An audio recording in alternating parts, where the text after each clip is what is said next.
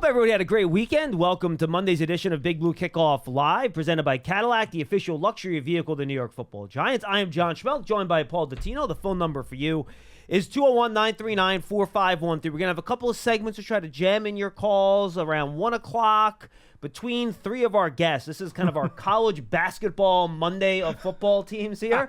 We're going to have reporters and announcers that cover the UConn Huskies, the Duke Blue Devils, and the North Carolina Tar Heels. Now, two of those schools did not have great weekends.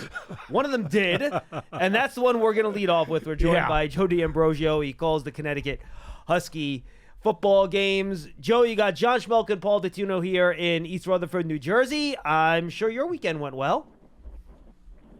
It did. It did, although I need you to talk me down off the J.J. McCarthy ledge. Please don't tell me that the team that I've followed since 1961 as an 8-year-old is going to use the 6th draft pick on him. Well, I mean, Joe, I think I tell you, I don't think he's going to be there when the Giants pick at 6. So I don't think you're going to have to worry about that, to be honest with you. All right. Okay. Joe, I'll take it. Go ahead. I'll take it, Schmeelk. I'll take it. Hey, with any luck, Minnesota will draft up in front of the Giants and guarantee he's not there. How about that? Now, in fairness, I think I think J.J. McCarthy is going to be a good NFL quarterback. I'm just not sure about the inflation that's happening with that a little bit the last few weeks. I would agree. I mean, I think if he's 10, 11, 12, that's fine, but not the 6th pick when you've got other needs. Yeah. And you have a guy that you're paying a lot of money to. Right, and there are other players that are going to be on the board that are legitimate top 10 blue chip players. All right, Joe, let's hit on UConn here. One guy that I really enjoyed watching down in Mobile at the Senior Bowl was your starting guard, Christian Haynes. Big guy, tough.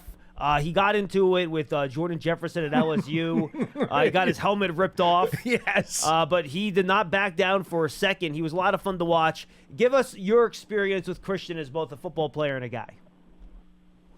Well, I got to straighten one thing out first. I don't do the games anymore. I'm around the programs a lot. But our rights holders changed about 6 years ago, and I couldn't make the trip. Oh, I got you, Joe. Sorry about that. My apologies. That's all right. That's all right, Schmeelk. That's fine. You got a lot of things. You deal with PDOT. You got a lot of things to worry about. So, but I've been around. His coach, Jim Moore Jr., who's his head coach, loves him. His offensive line coach, Gordy Sammons, loves him. Here's a kid who's just continued to get better every year. And while you don't think of UConn as a place where offensive linemen are born for the NFL, here's a kid who just got stronger, smarter, tougher, is willing to play either center or guard, although I think he's better fitted for a guard. He's been, if you're looking for a guy to be kind of like the poster child for a football program that's, let's be honest, hasn't been great over the last decade, Christian Haynes would be the guy. I think he'll make somebody a real good value pick in the second, or especially if he falls to the 3rd round. A 4-year starter and a team captain, which says he's obviously got some maturity. He's obviously got some polish on him. How pro-ready is he, Joe, when he comes right out? Do you think he's got the ability to compete for a starting job right out of the box?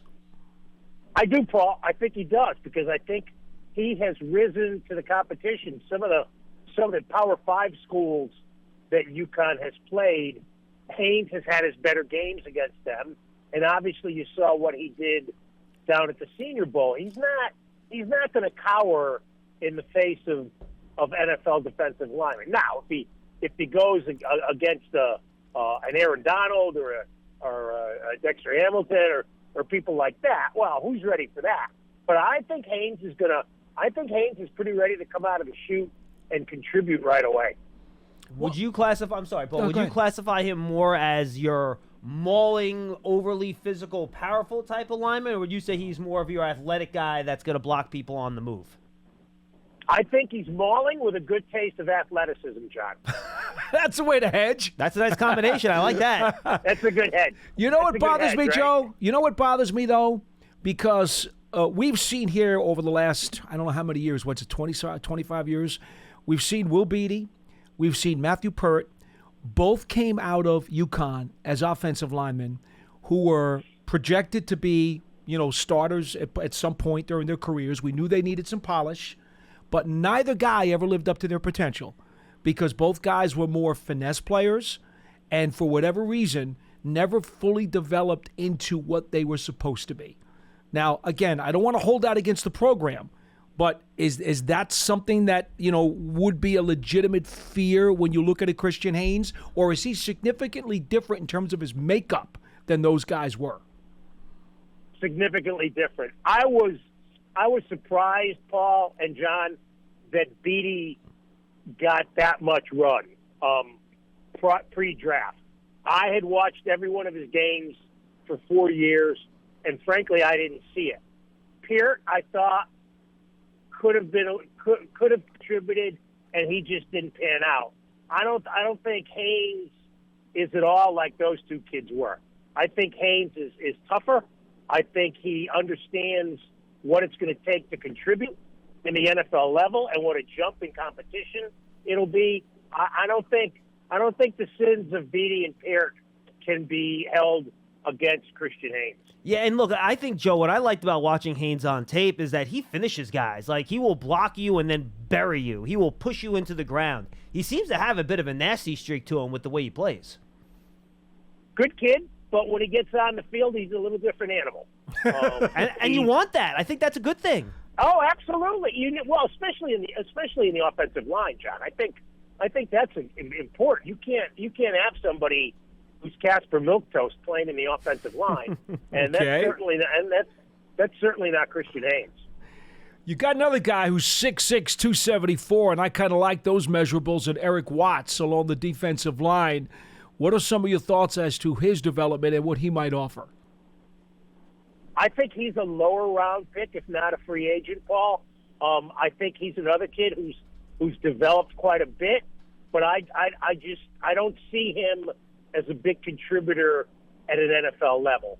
I see him being a good backup, maybe a guy who can contribute in other ways.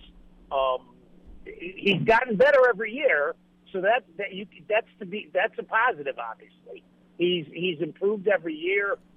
He's been the beneficiary of playing with a couple of guys at linebacker who have helped him make him look good. Kids who won't play at the pro level because they're just not big enough. Mm-hmm. But I think Watts. I wouldn't blame a team, guys, if they took a flyer on Watts in the later rounds. I mean, you look at the measurables: 6'6", almost 36-inch arms, 275 pounds, ran a 4.67. If you're going to build a defensive end in a 4-3 defense, those are sweet traits, right? That's what this guy looks like. So if he has all those traits, and a lot of the athletic testing was pretty good too, what held him back from becoming a more impactful player?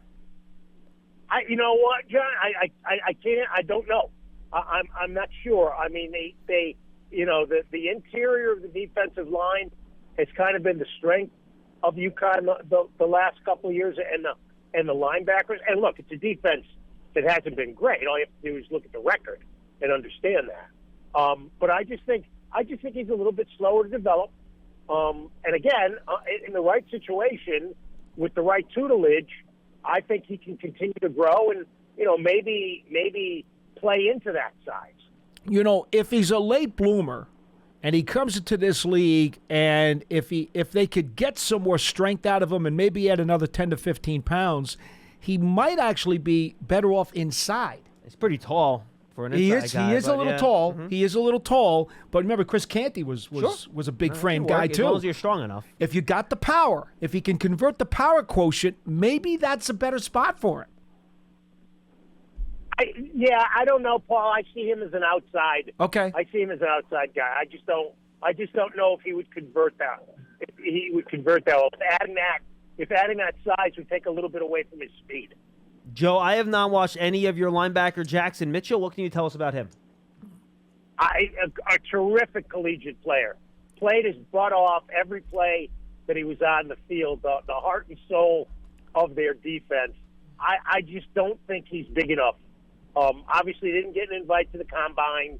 He's the guy who's going to have to make it as a free agent. But look, if heart and determination could be the byproduct and the result of becoming a good pro, Jackson Mitchell would be just a great kid, leader in the locker room and on the field in the right way. But I don't think the size works. Maybe a special teams guy. He might be able to contribute in that way. That's for sure. Joe, you got a sleeper for us that maybe everybody's overlooking that may all of a sudden kind of pop up out of nowhere? No, to be honest with you, Paul, no. I think those are the three guys who have who are guys who have a possibility off of last year's team who are eligible for the draft to play in the league. All right, Joe, final question. Anyone that UConn played against this year that really jumped out at you that you don't think enough guys are talking about? Or you can just tell us what you think the Giants should do at 6, however you want to go. I want a wide receiver. I want either the Washington kid or the LSU kid. I think if the quarterback's going to succeed, and you guys watch him every play, every game, and then watch every play 10 times again, then I want to see – I really like the Washington wide receiver. I think he's a hell of a player. I'd like to see them go there, but if the LSU wideout falls to 6, I won't be upset on draft night. Paisan sticking together, Joe. I love it. Odunze's my guy too. Yeah. I just like I just like everything about him. I like his makeup. I like his intangibles. I like the way he goes and gets the ball. I like the way that on the big stage, when he had the chance, he performed.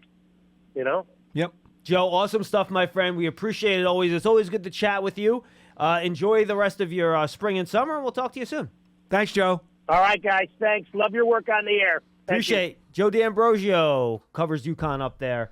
Does a great job. We've had him on before. Does an awesome job, and we appreciate him listening to our stuff, too. Big Giants fan, and we'll see what the Giants end up doing at number 6. Don't forget, folks, go subscribe to the Giants Huddle podcast. We're going to have Duke football, Dave Harding, their radio analyst, on coming up right now in just a second. Don't forget, you want more draft coverage, go around the draft. We do a ton of it, Giants Huddle podcast. Subscribe in your favorite podcast platform. The last one up there is me and Chad Ryder, who does the longer 4-round mocks for NFL.com, does a great job. So make sure you go check that interview out with him. We focus much more on day 2 and 3 prospects in that. So is his mock up yet that we talked about? Yes, it is up there. It is. Our video on it isn't up yet, but the mock itself. Oh, okay. Go to NFL.com. There were some names there. Yeah, you can go check it out. And we do a lot of day 2 and day 3, guys. This is...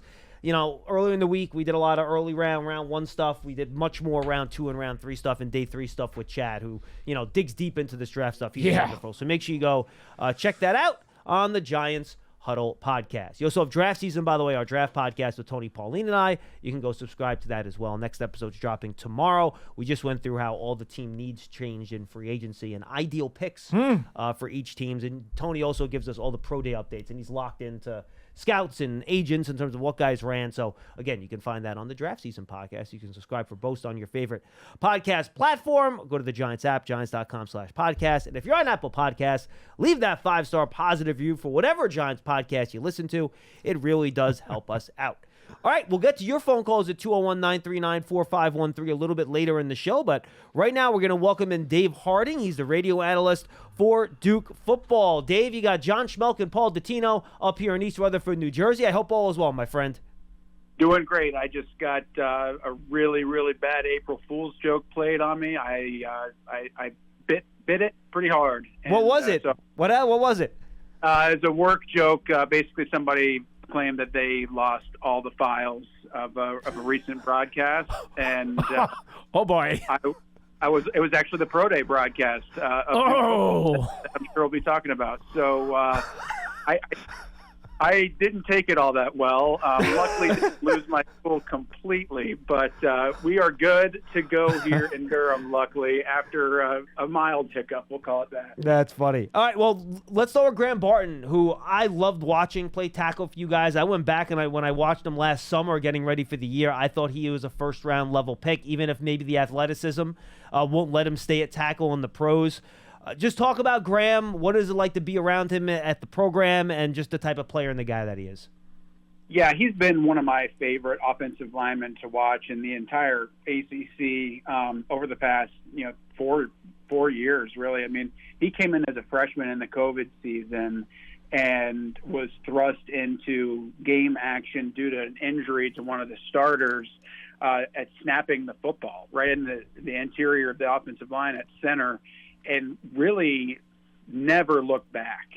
Did a fantastic job. It was against NC State. They had a really good defensive line. Here's a young player asked to do a lot, and he did a fantastic job of it. And, early on you could see kind of the makings of what he's ultimately turned out to being. And that's a very physical offensive lineman with great motor and the just innate desire to finish his defender into the dirt on every single play. And as the years have gone on within the Duke football program, we've seen him become more and more polished as a lineman. We've seen the technique kind of catch up. His body certainly has caught up. I thought on last week for the pro day, he looked great. I mean, he's coming off an upper body injury where he had some surgery required, so did not end up lifting in the bench portion. But he is a very powerful offensive lineman, physical, 311 pounds, and can fly. I mean, he ran an unofficial 4.40, which is just insane. Yeah. So he's the complete package. And then I had a chance to catch up with him after, and I tell you, everybody's going to kind of gas their guys up, but I legitimately, Graham Barton is the ultimate teammate. And I had to pry information about his thoughts on his personal performance on the day, because he just wanted to talk about how his teammates performed and reflect back on how they did collectively as a group. He's just wired that way. And he's going to be, I think, a day one contributor clearly on the football field, just from a talent perspective. But then when you consider what he's bringing to a locker room and the blue collar nature, but also the team first mentality and mindset, you've got an instant leader in Graham Barton. From talking to people around campus, whether it be the things they've heard from scouts or from talking to him, does it seem like there's really a two-flavor option here about tackle and about center? Are there teams that really strongly prefer him at one spot or the other? Or guard. And how does he feel? Have you had the chance to talk to him about preference of position? And since his experience at center is rather limited, does he feel comfortable about the upside there? Yeah, I think he certainly does feel comfortable. And just some of my conversations with scouts and different NFL personnel along the way, I don't think there's any question in his ability to execute as a center and to get the ball snapped accurately.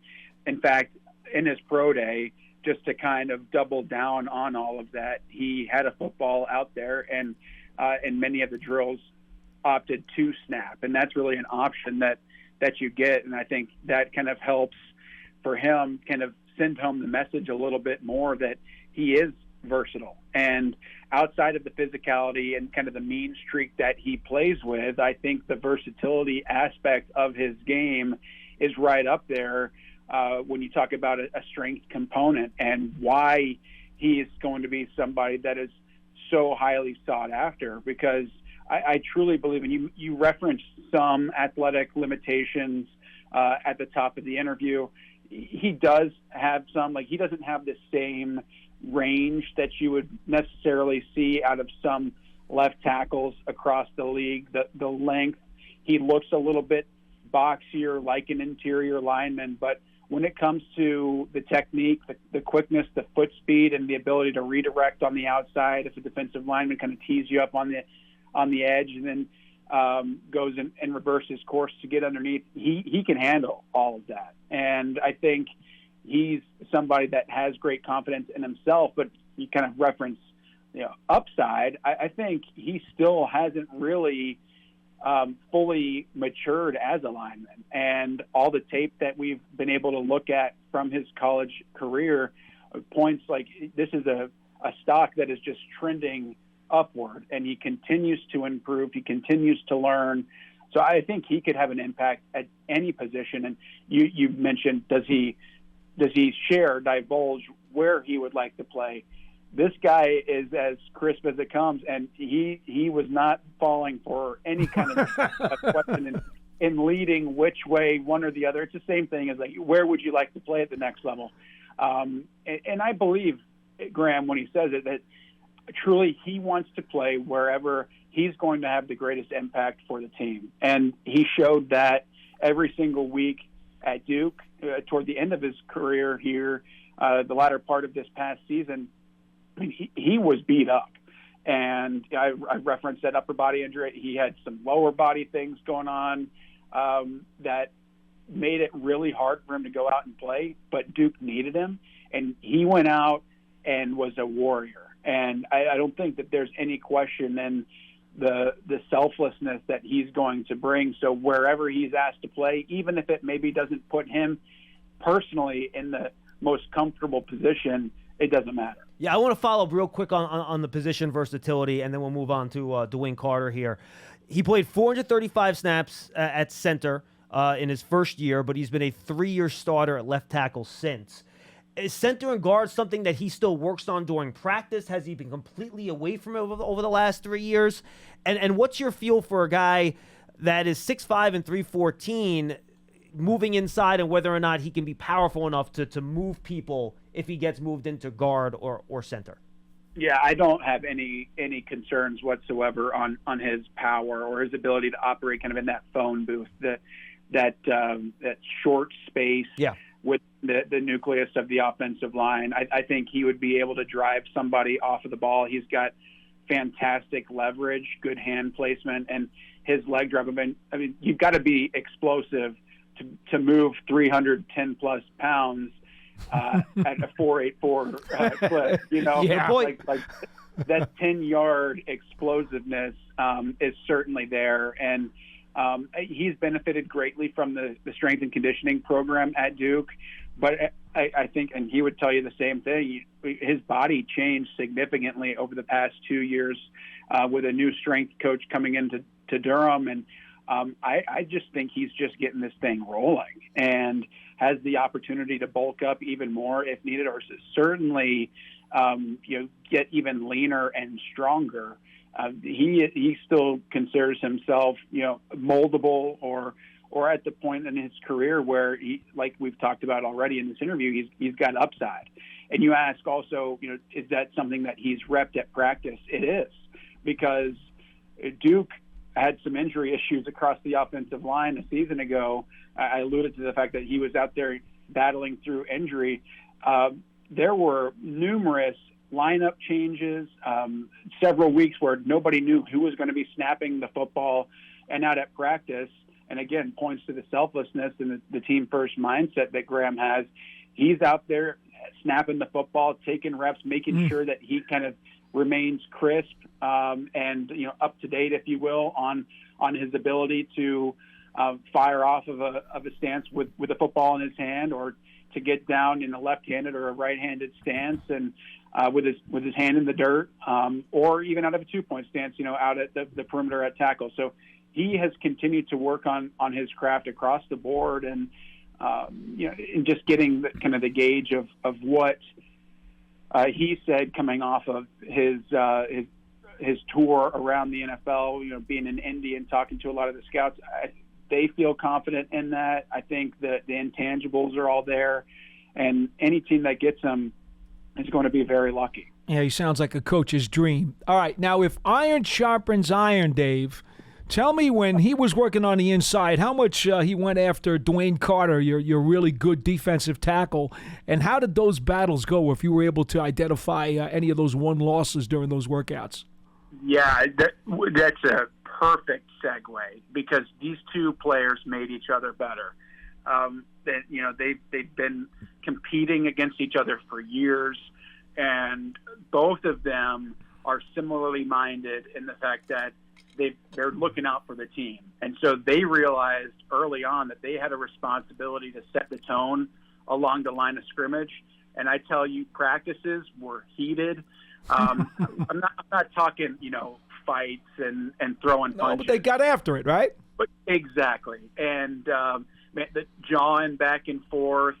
But as soon as practice is over, the two of the best friends and the best leaders that you could ask for off the field. So 100% Graham has been improved by Dwayne, and Dwayne definitely improved by Graham. And similarly to Graham, Dwayne Carter, I think, and you don't talk all that much about versatility out of a defensive lineman, but I think he's got the ability, and the scouts that I spoke to at Pro Day agree. He can get in there and play head up over the center, or in a tight shade technique, or slide a little bit further outside. Now, I don't know if you're lining him up necessarily at defensive end, but a 3 technique, he's certainly able to do that. And I think you turn on the tape, and it's a similar tale of what Graham exudes, and that's great effort and finish. I mean, number of times over the past 2 years in particular where there's a screen that maybe breaks 10 or 15 yards down the field, and it's kind of into no man's land in the course of a game where it hasn't yet reached the safeties, or maybe the DBs are turned in man-to-man coverage running with their receivers, that Dwayne Carter was able to chase down a running back or a receiver out on the perimeter. It's wild. That's a scary thought. It really is. You see this guy running, he weighed in, I think, at 304 pounds at Pro Day, flying to the sideline and wrecking people. And the effort that takes, and sometimes these plays were happening when the game was already decided, positively or negatively, where a guy who has pro aspirations, especially this past season with it being his last year, had the chance to kind of hang it up and say, I'll let somebody else take care of this. And he is a full-on motor guy. And the impact of someone who's willing to kind of put the pain aside and has the toughness mentally to work through fatigue and to motor through every play on a consistent basis, that's what moves you into the elite echelon. And this player in Dwayne Carter is the ultimate competitor, in my opinion. And then, I mean, if we want to clear the next hour, we can talk about what he's like off the field. They call him Mr. Duke. He's basically the mayor of Durham already. I mean, Mr. Duke. in the office. He is Mr. Duke. And listen, I played at Duke. I thought I was amicable. People liked me. I didn't even scratch the surface of what Dwayne Carter's been able to achieve. This guy is remarkable. So probably not going, the same round as we're talking Graham, but I think Dwayne Carter, a diamond in the rough, if there's ever been one, for a guy that's going to handle himself professionally and be one heck of a competitor along the defensive line. I appreciate the attitude and the traits that you talked about, but you did kind of slip in at one point there, played through pain. Do you have evidence that he actually did play through some injuries there? Because obviously a guy who does that shows more guts, fortitude, and shows he's a gamer. Was that also part of what you saw? I mean, I don't know, like a diagnosable injury. I think for Graham certainly did. Dwayne, I believe, off the top of my head, I can't tell you what his ailment was, but shoot, anybody playing along the defensive line for 4 yeah, right? You second guess yourself. You walk up on a set of stairs and you're like, where's the elevator? Because I cannot handle the joint pain going up. I got you. Things. Okay. And, your hands are all mangled. Your body doesn't feel good. And never once, and more what I was alluding to is like, you never saw a reduction in the effort. You never saw a change in the attitude. I was as salty as they come walking out to practice. I didn't want to go out there. I was just trying to hold on for the ride. And that's probably why I didn't play for the New York Giants, whereas Dwayne Carter's got a heck of a chance because it's that consistency. And Aaron Donald is the guy I played against. And the thing that made him so scary, and we saw it translate into the league, is the fact that every single play he came after you, no matter how he was feeling. It was like everything happened in a vacuum, and that vacuum was the perfect environment for Aaron Donald to compete and to go in and rip your head off. And Dwayne Carter's got a similar feel to him and has that similar personality where he's able to compartmentalize so well to where he's tired, everybody else is tired. He knows that, but he's able to kind of switch that part of his brain off and go out there and compete at a very, very high level of effort. And for a defensive lineman to do that, especially when you're asked to run all of the field like we just talked about, really impressive. All right, Dave, final question. Any of the other guys coming out from Duke that you really think we should have our eyes on as a potential guy that can contribute at the NFL level? Sure, yeah. I think Jalen Calhoun is a good person to look at. A wide receiver, probably play the slot in the next level. He's a player that made some big plays for the Blue Devils during a very long career. There's actually, several as I think about it. Jamion Franklin, a defensive lineman, a Vince Wilfork, not as big, but plays that way as a run stuffer along the interior. Was a Notre Dame transfer that came in and played for Duke. So it was a fun pro day to cover just because there are numerous players that kind of come to mind. But I think you've definitely hit the nail on the head with the top two. Jacob Monk, another offensive lineman, as I'm thinking through it, is a really good player. And Duke, has a good history, not just of these first-round guys, Daniel Jones, Laken Tomlinson along the way, but a history of undrafted free agents or even players that didn't even get a UDFA deal right out of playing and ended up just making it onto a roster through a tryout later on, becoming really good contributors and not necessarily role players, but valuable members of a team, not the folks that are your household names, but have turned it into really good long careers. Lucas Patrick, most recently with the Chicago Bears, comes to mind. Several folks. Noah Gray just won a Super Bowl this past year at tight end. Nobody talking about them, but now they get into a system. They've got that professionalism we've talked about, and they're pretty good athletes to go along with it. They're really good fits for a lot of these programs. Dave, awesome stuff. Tell the folks where they can find you and all your stuff. Yeah, GoDuke.com, D. Harding Jr. on X. And anytime Duke football's on the radio, you can tune in because we all know TV is overrated, right, guys? Thanks, Dave. Good stuff, man. Dave Harding. He's a radio analyst for Duke football. Great information, Dave. We really appreciate the time. Thanks so much. Be well. Okay. Good stuff. That's Dave Harding. Really good stuff. And yes, TV can be overrated. We love radio here.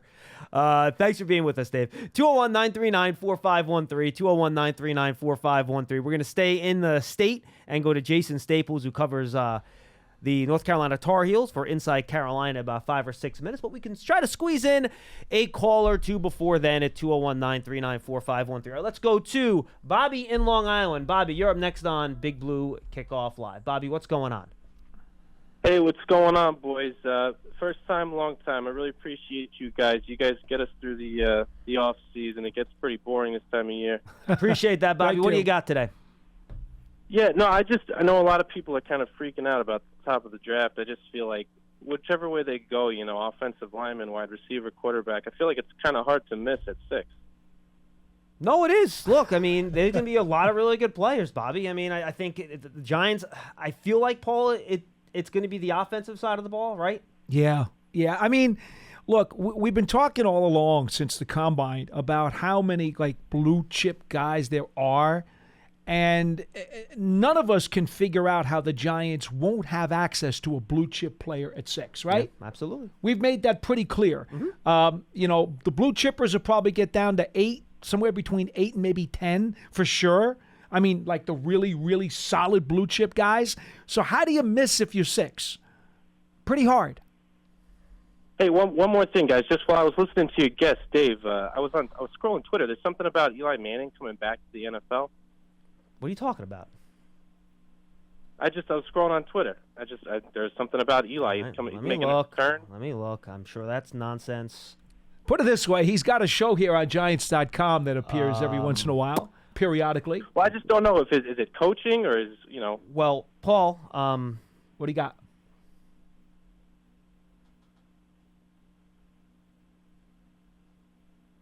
Oh boy. Hold on, let me We'll check. we'll check. Yeah, I mean, yeah. Look at that.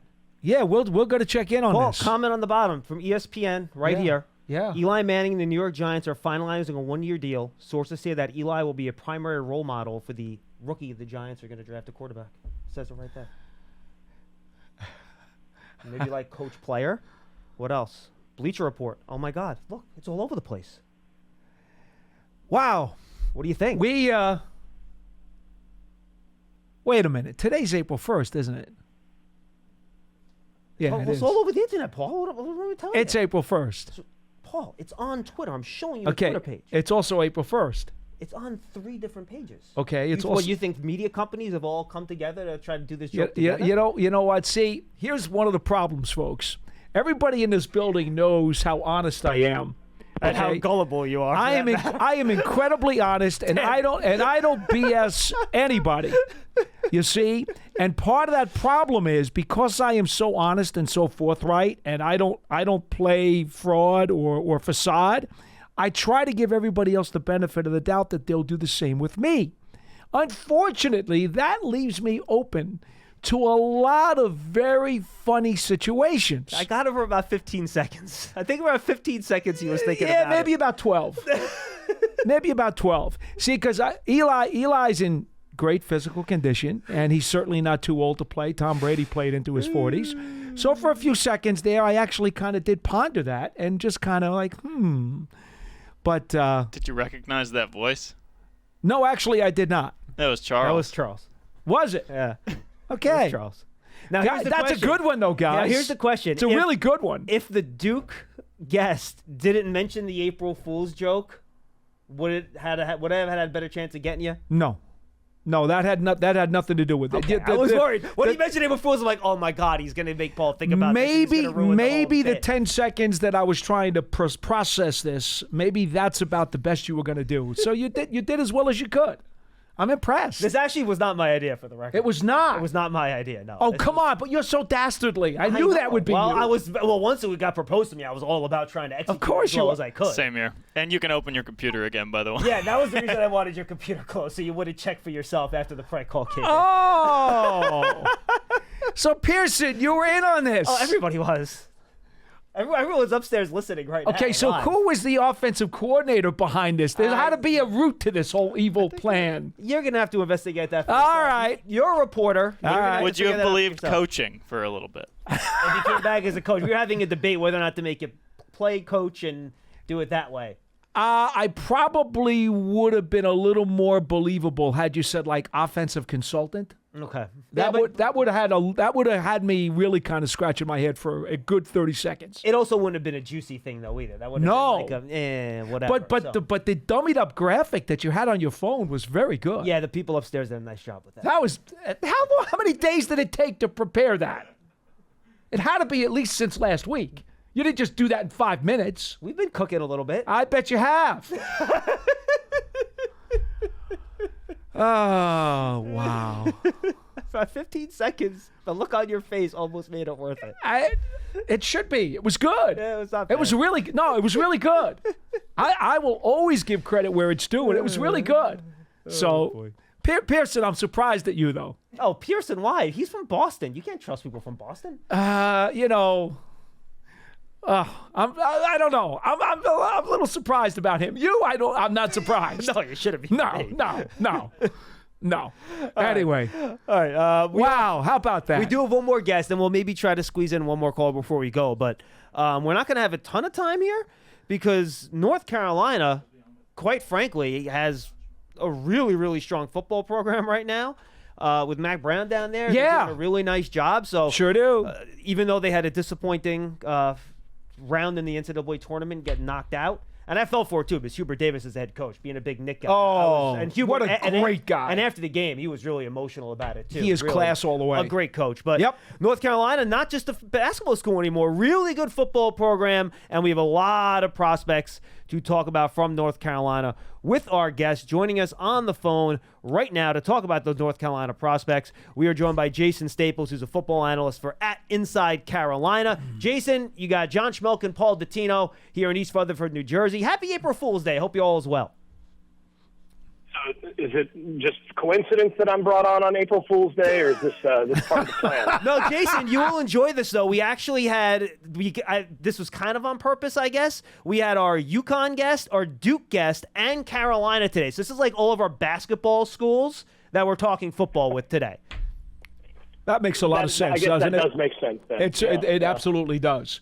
And now, like you do, we just got off with Dave Harding, who's the radio analyst for Duke. Now you can try to one-up him, being from North Carolina, which I know you guys like to do. We know that. And we're going to start with the quarterback position. And Paul and I are both huge fans of Drake May. For me, he's my quarterback, too, after Caleb. I believe he's Paul's quarterback one, if I'm not mistaken. We watched him on tape. We know he has every physical tool and trait in the book. But as Joe Shane, the Giants general manager, likes to say, finding your quarterback is more than just what they can do on the field and see on tape. It's about talking to them, the personality, their processing, their intelligence, their leadership. Dig into that part of the equation with Drake May for us, stuff that we can't see just watching tape. Every report from inside the Carolina program, and, you talk to the staffers there and other players and everything, he passes all of the intangible stuff. He passes with flying colors. I mean, this is a guy that I think, in terms of the wiring for all of that, is wired well to walk into an NFL locker room day one and start earning the respect of the vets. He's not going to be a guy that's going to walk in and act like he already has it. He's a worker. He's going to earn that respect, and then he's going to find ways to actually lead by example, and then ultimately lead verbally. He's the whole package in that respect. It's also one of the benefits of, he's a legacy. His dad played college football, was a quarterback. He sort of grew up and has the pedigree, not only physically, but when you grow up in that context, there's certain expectations. He grew up in a family of athletes. High-level athletes. High-level athletes. You look at what his brothers have done, and he brings all of that to the table, as you would expect. All right, I'm going to ask you to do something. I asked the guy from Oregon, because I'm also a big Bo Nix guy. He's my second quarterback. I asked him, I said, okay, nitpick him for me. Give me something that's really wrong with this guy, because I'm huge on Bo Nix, but my number one guy is still May. Of all the criticisms that those people who try to knock him down say, arm strength is one that they kind of get on. They're like, oh, he's got average arm strength. Which, by the way, I think it's insane. I think his arm strength is ridiculous. I think it's plenty fine. Plenty fine. It's elite, in my opinion. Yeah. But anyway. So help me out here. If you had to nitpick this guy, if you really had to dig, what is wrong with him? What would make him fail if he was picked that high in the draft? So, first of all, as far as the arm strength thing, I think that's nonsense. And I think part of it is based on the fact that he's not first of all, he's not Josh Allen, right? There's only a few guys that have that kind of arm strength. Correct. Yeah. So he's not that. That's what I would consider elite arm strength. I don't think he's that, but I think he's on the top end. He'd be an upper end arm strength for the NFL. Yeah, that's fair. And the reason that he doesn't get as much credit for that is because he throws with so much touch. He layers his throws. He does a really good job on that. And when you have a guy that doesn't try to throw it through the wall very often, you don't see it as easily. But, at his pro day, you could see the ball, flying off his hand, and you go, okay, the arm strength is a non-issue. Where he has had significant weaknesses, and I did and this is something I do for Inside Carolina every year. I do preseason scouting reports for all the players that are going to play that next year, and I did this for Drake the last couple of years. And you can go on Inside Carolina and see my pre-2023 scouting report, which I think holds up now.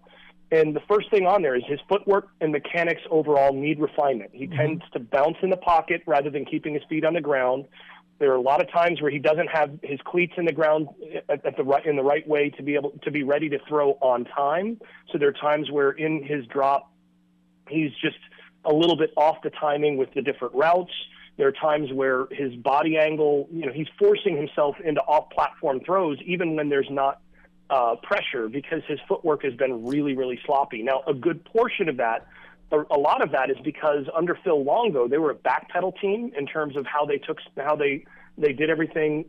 There were no There was no coaching of drops. There was no coaching of traditional footwork. It was just backpedal and be ready to throw. And you could see that in his game. There's just a sort of sloppiness to it.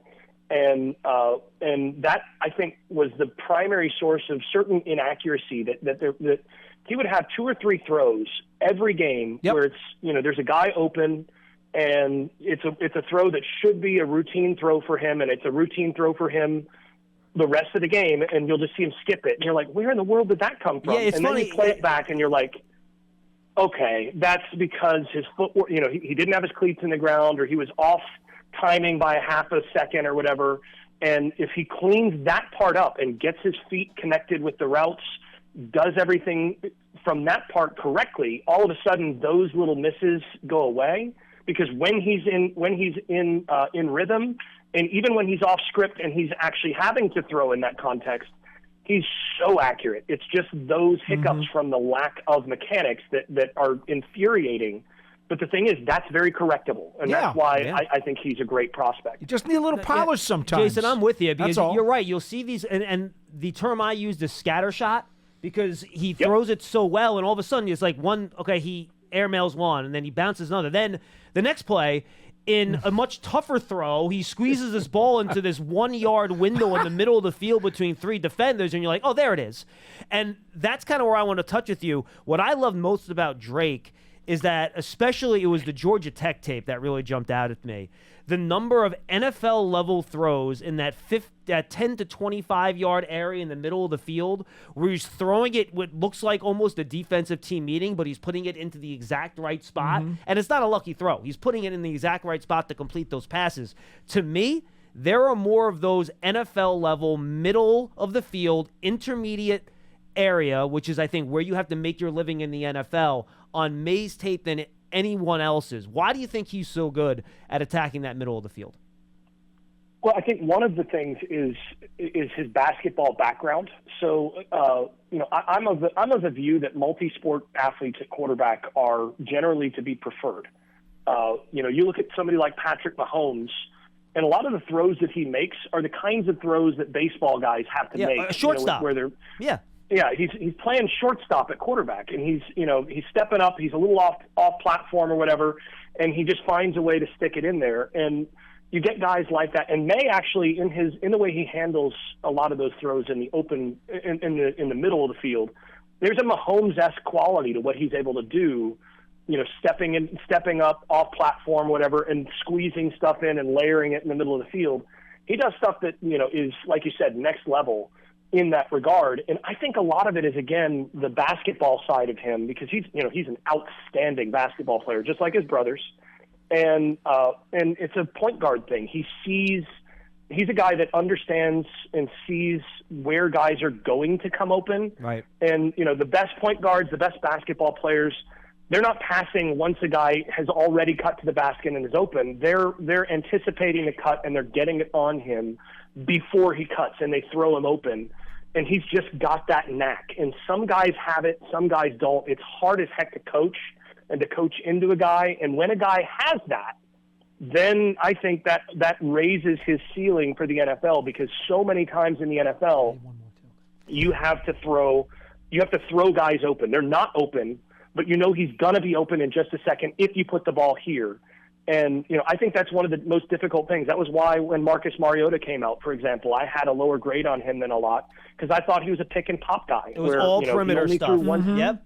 Yeah, he threw only once guys were open, and it was all in the perimeter. And I think that's a similar thing for Jaden Daniels. He's struggled when throwing over the middle and throwing guys open. He just doesn't trust his eyes. He doesn't see everything that's there, and he'll pull it and run instead of making that throw. And Drake is absolutely fearless. He sees it and pulls that trigger and will put balls into those spots. And you're like, oh, man, how did he even know that guy was going to be open?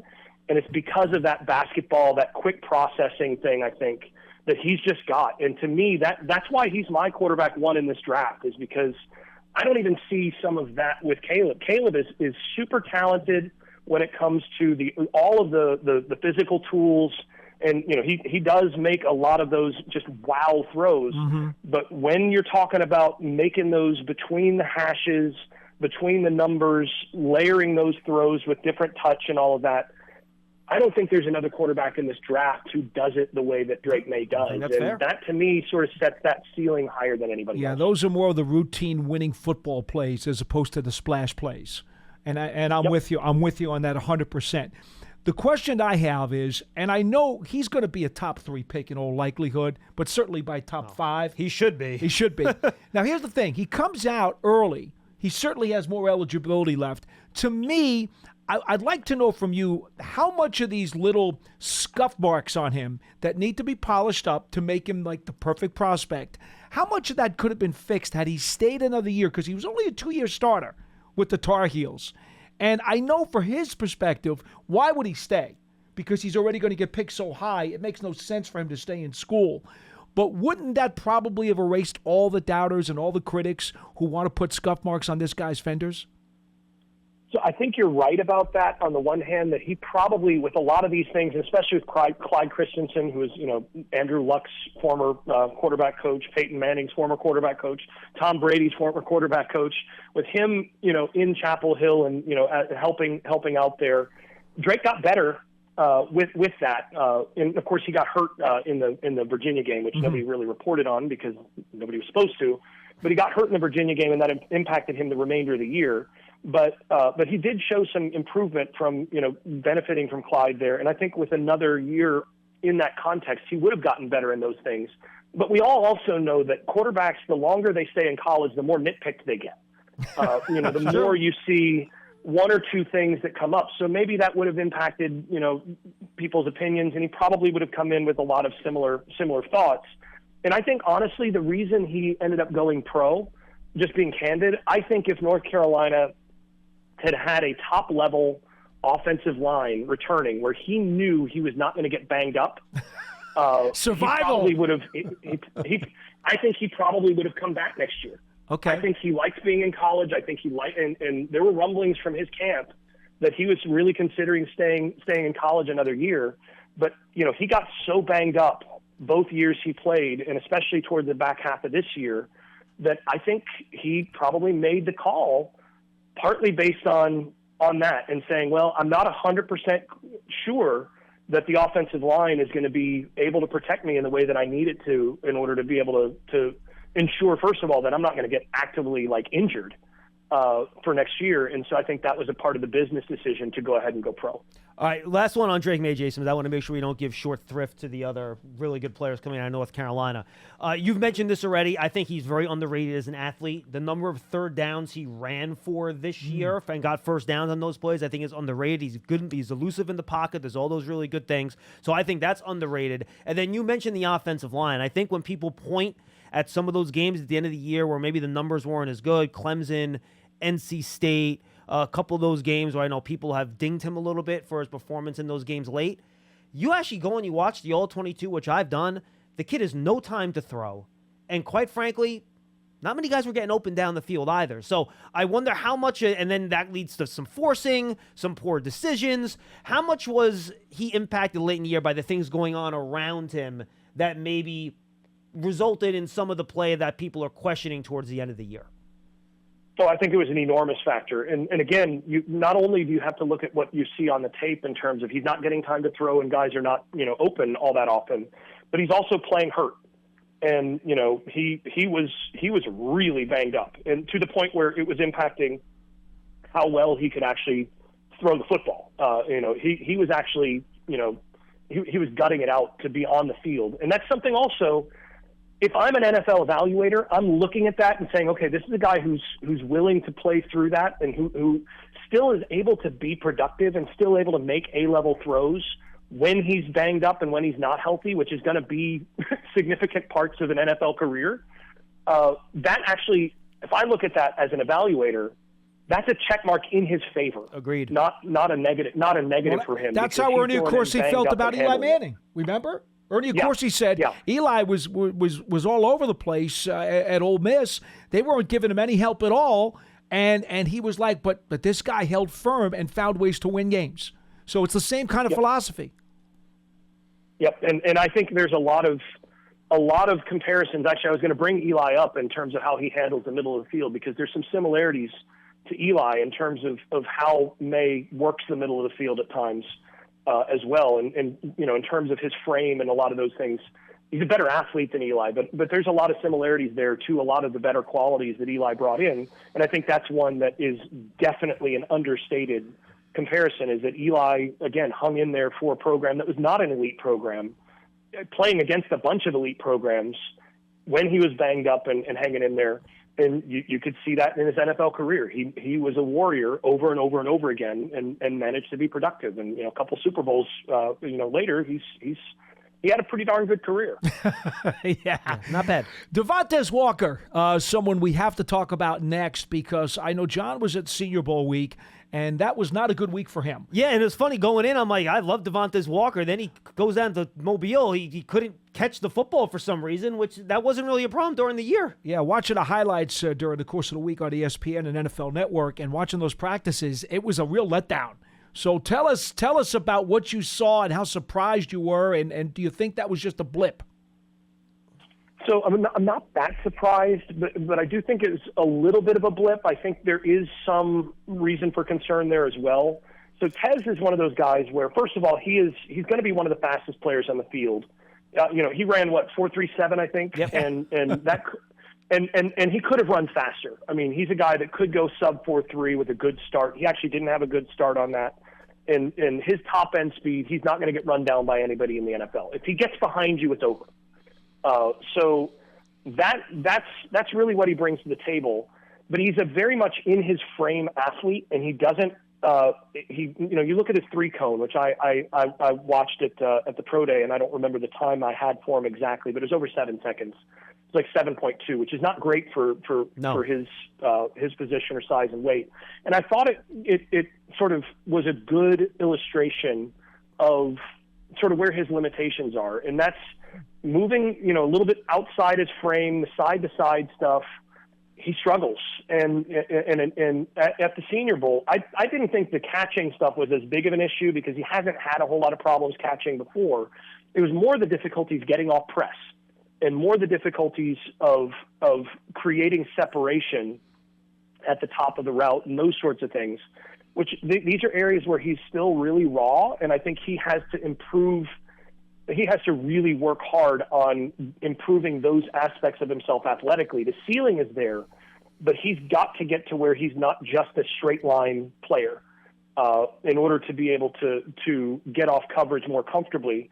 And I think those two things are related. So when you aren't creating as much space as a wide receiver, and I played wide receiver, when you're not creating a bunch of space, it's harder to catch the football because you're dealing with more distraction. Mm-hmm. You're dealing with the effort of creating that space late, all of those things, and then you lose concration. Is that lack of want to? Really what happened. Is that lack of want to though, or lack of ability? Think so.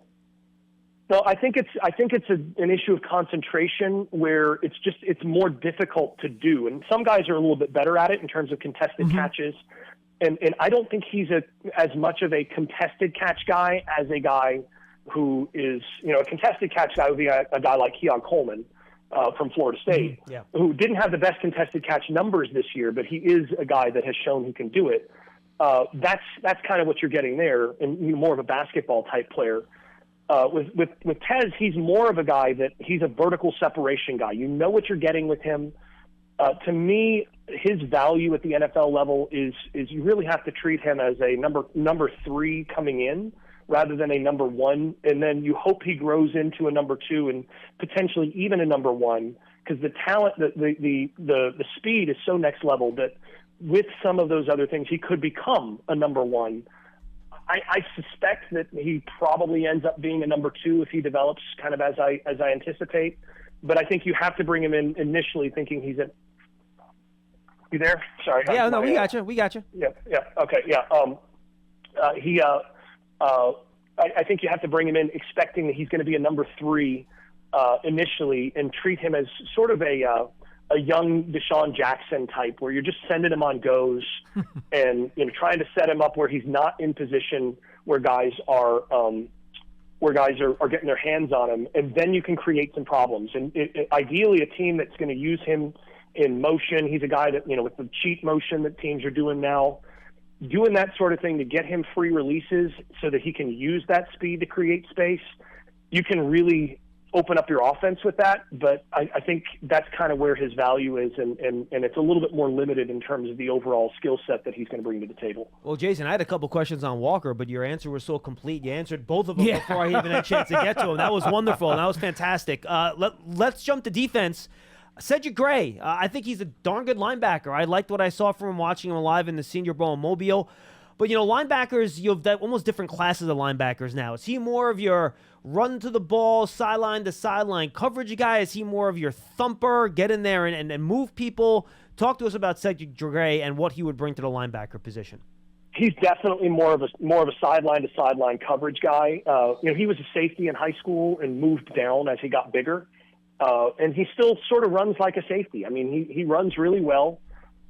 And he I think, demonstrated the ability to turn and run with not just running backs and tight ends, but to be able to run sometimes with even slot receivers and so on. He's a guy, honestly, character-wise and in terms of what he brings to the table intangibly, and just in terms of his fit for the NFL game, I would pound the table for that guy in the middle round area, third, fourth round area. I would think about that very strongly just because of all of those things. He's going to be a really good special teams player, which I think matters a lot in the NFL. And he's a guy that I know I put him out there. He's going to be in his spot. He's going to understand where he's supposed to be. He's got the athleticism to match up well in, match coverages, these sorts of things, and, not be a liability.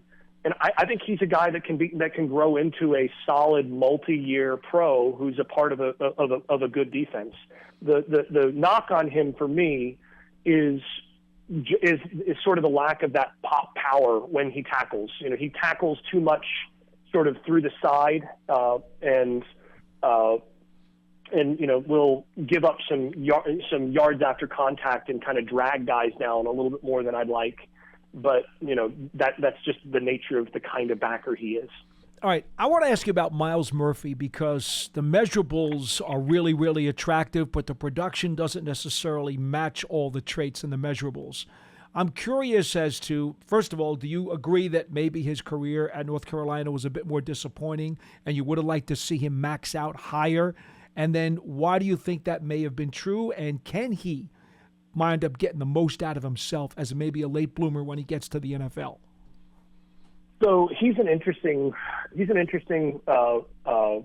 and difficult player to evaluate because I think Carolina's defensive line the last 4 years or so has been really poorly coached, and you can see it repeatedly in terms of, and it's not just one guy. And this is why I say it's bad coaching. When you see an entire unit, when you see 4 or 5 different defensive tackles showing terrible footwork, high pads, and different things like that, then you go, okay, look, this is a systemic problem. And he was one of those guys that had those problems, but he was by far not the only guy. So, the question is how much of that is so ingrained in him now that, it can't be fixed at the NFL level, and how much can he actually improve when he starts to play with proper pad level and getting a good first and second step and doing all that. Because like you said, the measurables are not bad. He's not an explosive guy, but, in terms of his, height, weight, and power numbers, they're pretty good. To me, you've got to have him as a run-stopping guy. You're not going to get pass rush out of him. If you're looking at sort of if you're wanting to play more skeptical here, the issue that I have with him beyond the coaching side or beyond where he was poorly coached is I think he's a top-heavy guy. He's a bit of a leaner. If you look at his legs, he's sort of on the smaller end, lower leg, sort of a thin ankles guy, and is a little bit more tight, tightly wound type player without a whole lot of hip movement. So you're not going to get a lot of explosion out of him. He's not a pass rush threat, I think, at the next level. And I think he is going to have to continue to improve his mobility and his flexibility in his lower half to be able to anchor and to be the kind of player to match on the field with what he, might match in terms of his overall power numbers. So I've got some skepticism about him in terms of as a prospect. I think the potential for him to get there is there, but I'm just seeing too much tape where he's kind of getting pushed around, and also again in person when you actually see him move, a little bit more of a leaner a waist bender rather than a hip guy. So I think he's sort of bottom end of the draft if he's draftable, and there's some I've got some skepticism there, to be honest, but that doesn't mean he couldn't do it. It's just a matter I would want to see in practice how quickly he's going to pick up on NFL level coaching and whether he can actually make a contribution there. Certainly a camp type guy that I could see finding a way to make a roster if he's in the right context with the right mix and the right coaching. Jason, thanks for sticking with us. If there's anyone else, you can throw them in here. Otherwise, just tell the folks where they can find all your great work. Yeah, the other players I think are mostly camp invite players. I think Bo Corrales, actually a former receiver at Carolina who then transferred out and then did his pro day here. He's an interesting guy who I would very strongly consider as a camp invite. 6'4" plus and ran 4.5 at his pro day, and then verted 37, and really interesting prospect that I think could be a long-term NFL roster guy that just didn't have it all go for him in college because of some injuries and other factors. Some of the changes that had happened here, but he's a guy, and then a couple other guys on the defense, safety. There's one safety that they had whose name is escaping me right now, but Gio Biggers, who I think tested really well at their pro day. Is that Jacurious Conley? Is that who you're talking about? No. I'm talking about Gio Biggers, Giovanni gotcha. Biggers. He's a guy that talking to their defensive coordinator, they loved him. They thought he just was so smart and always in the right spot, and he got banged up during his career, and the big issue for him is can he stay healthy? But he tested off the charts compared to what I expected at the pro day, and looked healthy. So he's another guy that I would really look at as a camp invite, because again, you can't have too many smart safeties who are running How well true. and How good true. athletes. So those would be two more that I'd put in there. Otherwise, you can always find my stuff over at Inside Carolina, also at Doc Staples on Twitter or X or whatever Elon wants it to be called these days. But yeah, always available to chat as well. Thanks for having me on. Jason, this was great, man. Best of luck the rest of the way. We appreciate the time, and enjoy your offseason. Take care. All right, you guys too. Take Jason care. Staples does a great job, again, at Inside Carolina. Go check him out on Twitter. Yeah, Fun show, Paul. All three of our guys were very detailed. I haven't gone back. I haven't listened to your Alabama guy with Cross last week, and I haven't listened to Lance and Sytak with Illinois and Utah. I want to say Pearson was the other one last week. I have not listened to those guys yet either. All I could say is, as detailed as our guests were, you guys were very detailed with your little April Fool's joke, and that was even more detailed than any of our other guys. Well, we don't. Pretty amazing. We don't do anything half, around here. I get it. It's a good one. I just want to say it was real good. You know the shame of it? The shame of it was? You actually were getting excited, like, I get to watch Eli play more football. I haven't seen Eli, in gear and throwing a pass, even like goofing around out here. Chad Powers, man. You saw Eli throwing the ball last year. I know. I still, to this day, I would like to see Phil Simms back on the field. I'd like to see Lawrence Taylor back out on the field. Now, if you would have went along with it for one more question, I would have asked you, but Paul, this means his Hall of Fame eligibility gets pushed back into the 5 years. That would be terrible. And I know you would have gotten mad about that. That would have made me very angry. I know. That's what I wanted to get to that. I wanted you to do the football part first. Good stuff, Paul. Okay, yeah. Very good. Are you on? Do you know who's on tomorrow? I don't. Okay, neither Offhand, do I. I think we're doing Washington. It's Casillas. Huskies, So maybe it's you and Casillas? Are you booking Washington or I am Lance? booking Washington. Okay, so you are on tomorrow then. Yes, that I know. Okay, so it is you and Casillas. That I know. And you'll be talking some Washington Husky football. So enjoy that tomorrow. A lot of guys to talk about there. Yeah. For Paul Dottino, I am John Schmeelk. Thanks for joining us on Big Blue Kickoff Live on this very happy April Fool's Day. Thank you to our guest, and we'll see you tomorrow at 12:30 for another episode.